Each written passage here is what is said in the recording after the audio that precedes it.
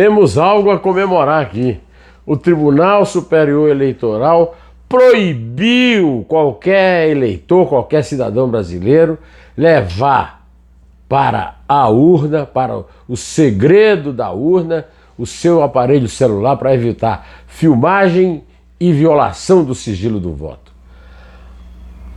Hoje é quinta-feira, 25 de agosto de 2022, e essa é a notícia mais importante e eu estou comemorando. Eu que sou um crítico muito antigo do Tribunal Superior Eleitoral, da Justiça Eleitoral Brasileira, sou obrigado a reconhecer que, apesar de parecer óbvia essa decisão, e é óbvia, ela merece o nosso aplauso. Bom, além disso, nós vamos comentar também que o general Paulo Sérgio de Oliveira cometeu uma descortesia ao convidar para uma reunião o Procurador-Geral da República, Augusto Aras, sendo ele convidado. Mas quem permitiu essa descortesia foi o próprio Tribunal Superior Eleitoral, que convidou o general. Milico não tem nada que está contando voto, Milico não tem nada a ver com eleição. Também é o caso, por falar em Procurador-Geral da República, da vice-procuradora Lindora Araújo, que reclamou não ter recebido o aviso da ação que foi interposta pelo ministro-presidente do TSE, Alexandre de Moraes, porque a Procuradoria não foi ouvida. O processo foi para o gabinete dela, ela não estava no gabinete. Ninguém tem culpa de ela faltar ao trabalho, talvez seguindo o exemplo de absenteísmo do seu chefão ídolo, Jair Messias Bolsonaro. Também a candidata do MDB à presidência da República, submetida à sabatina do Globo, a Tebet, ela pregou o fim da reeleição, eu estou com ela, uma reforma tributária, e lembrou que Lula e Bolsonaro não têm programa de governo, tem somente a sua pretensão a voltar à presidência, naquilo que eu chamo de presidência perene, né? Com uma indulgência plena no tempo do comando da Igreja Católica no universo romano. Né? Pois bem, vamos voltar aqui. Quero agradecer muito a todos aqueles que não estão preocupados aqui com meus problemas de fluxo nasal, né, que estão criando problemas na voz, mas que continuam seguindo. Eu os estimulo a fazer isso. Isso é que me mantém aqui. Eu faço a maior questão da sua audiência e que você bote nas suas redes sociais e que você veja, de preferência, os vídeos até o fim e que conclame os seus amigos a fazerem o mesmo, porque aqui se busca a verdade. Aqui não tem esse negócio de culto à mentira, não. Bom, voltamos aqui ao noticiário do dia, lembrando isso, que o TSE proibiu o celular na cabine de votação para garantir uma das maiores conquistas da democracia do Brasil em todos os tempos, o voto secreto. O voto no Brasil tem um longo percurso. No Império tinha o voto censitário, só as pessoas com uma determinada renda, um patrimônio, poderiam votar. As mulheres não votavam, os analfabetos não votavam. Na Primeira República foi instituída a chamada eleição de bico de pena, sob o controle dos coronéis da Guarda Nacional, donos de grandes latifúndios, né? Somente depois da queda da Velha República com a Revolução de 30 é que as mulheres foram autorizadas a votar. E muito mais recentemente, já depois da Constituição de 88, é que foi permitido também a menores de 18 anos, maiores de 16, e a analfabetos votarem. Ou seja, agora se pode falar numa democracia realmente representativa da sociedade brasileira. Uma sociedade em que o analfabeto não vota não é uma sociedade democrática de verdade, né? Aliás, eu quero lembrar que a urna eletrônica que está sendo posta em questão é outra grande conquista. Eu acompanho eleições há muito tempo. Eu estou acostumado a ficar esperando fechamento de sessão até às 10 horas da noite. As pessoas esperarem dias e dias, dando chance para fraude. Aí sim tem chance para fraude. Não sei quantos dias contando o voto em papel. Né? Somente uma pessoa com uma inteligência prejudicada pelo excesso de fantasia autoritária pode pensar em possibilidade de uma fraude maior na urna. Tem possibilidade de fraude, é claro que tem, mas tem também possibilidade de auditar. E se os partidos não cumprem a sua obrigação de auditar as urnas, aí a questão não é da urna eletrônica, mas sim um pouco caso dos chefões das organizações criminosas partidárias da democracia brasileira. Bom, a grande pergunta que eu gostaria de fazer é quem deu autoridade ao ministro da Defesa, o general Paulo Sérgio de Oliveira, a convidar o Procurador-Geral da República, Augusto Aras, para uma reunião com o Tribunal Superior Eleitoral para uma questão de eleições.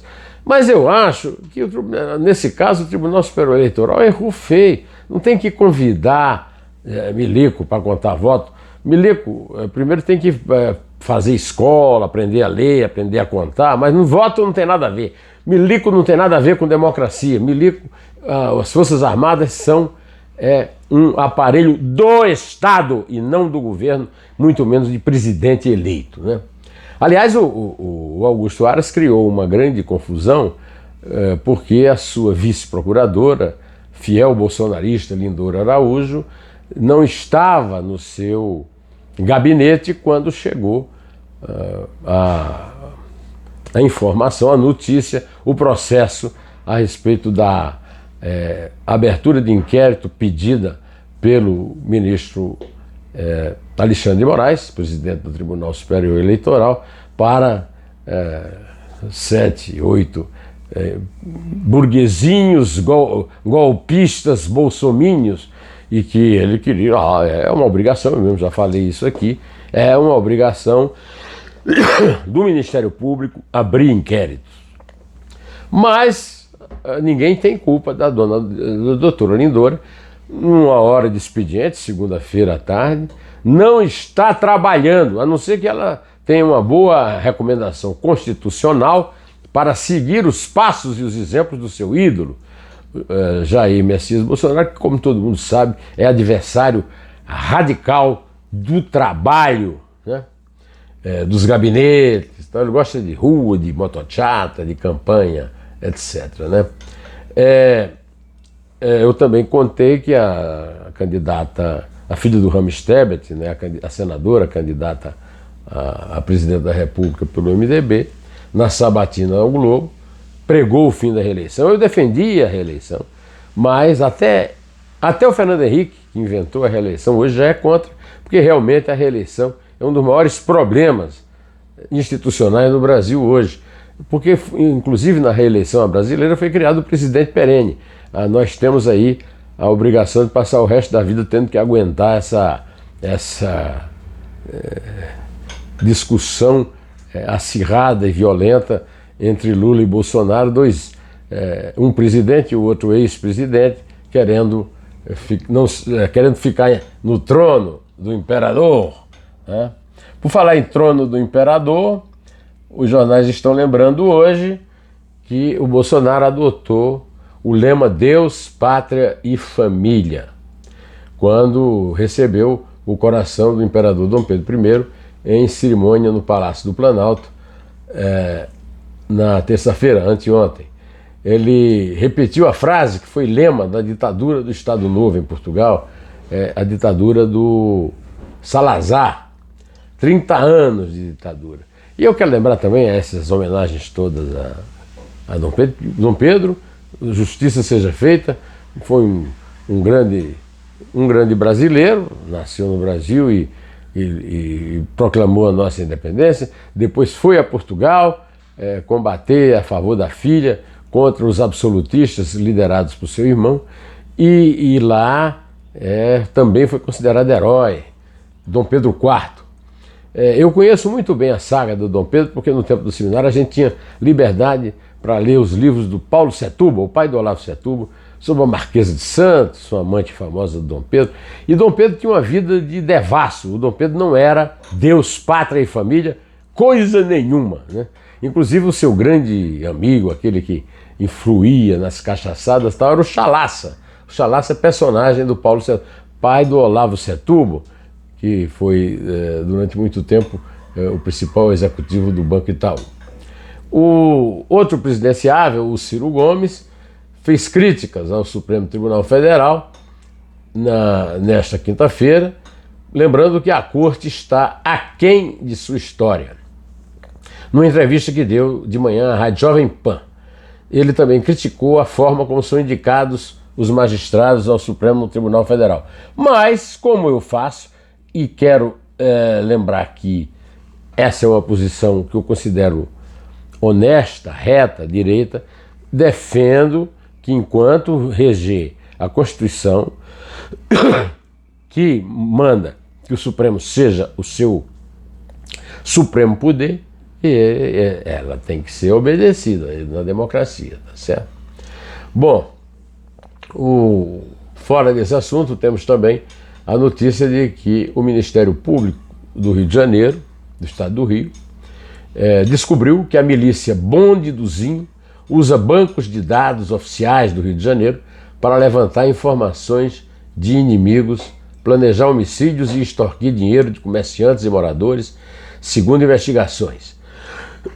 A operação deflagrada nesta quinta-feira, dia 25 de agosto, contra o grupo, considerado a maior milícia do estado, cumpriu mandados de prisão contra ao menos 8 suspeitos. É por aqui que eu vou ficando e vou desejando a você tudo de bom. Espero me livrar logo dessa gripe para poder me comunicar melhor com você. Direto ao assunto. Em pé!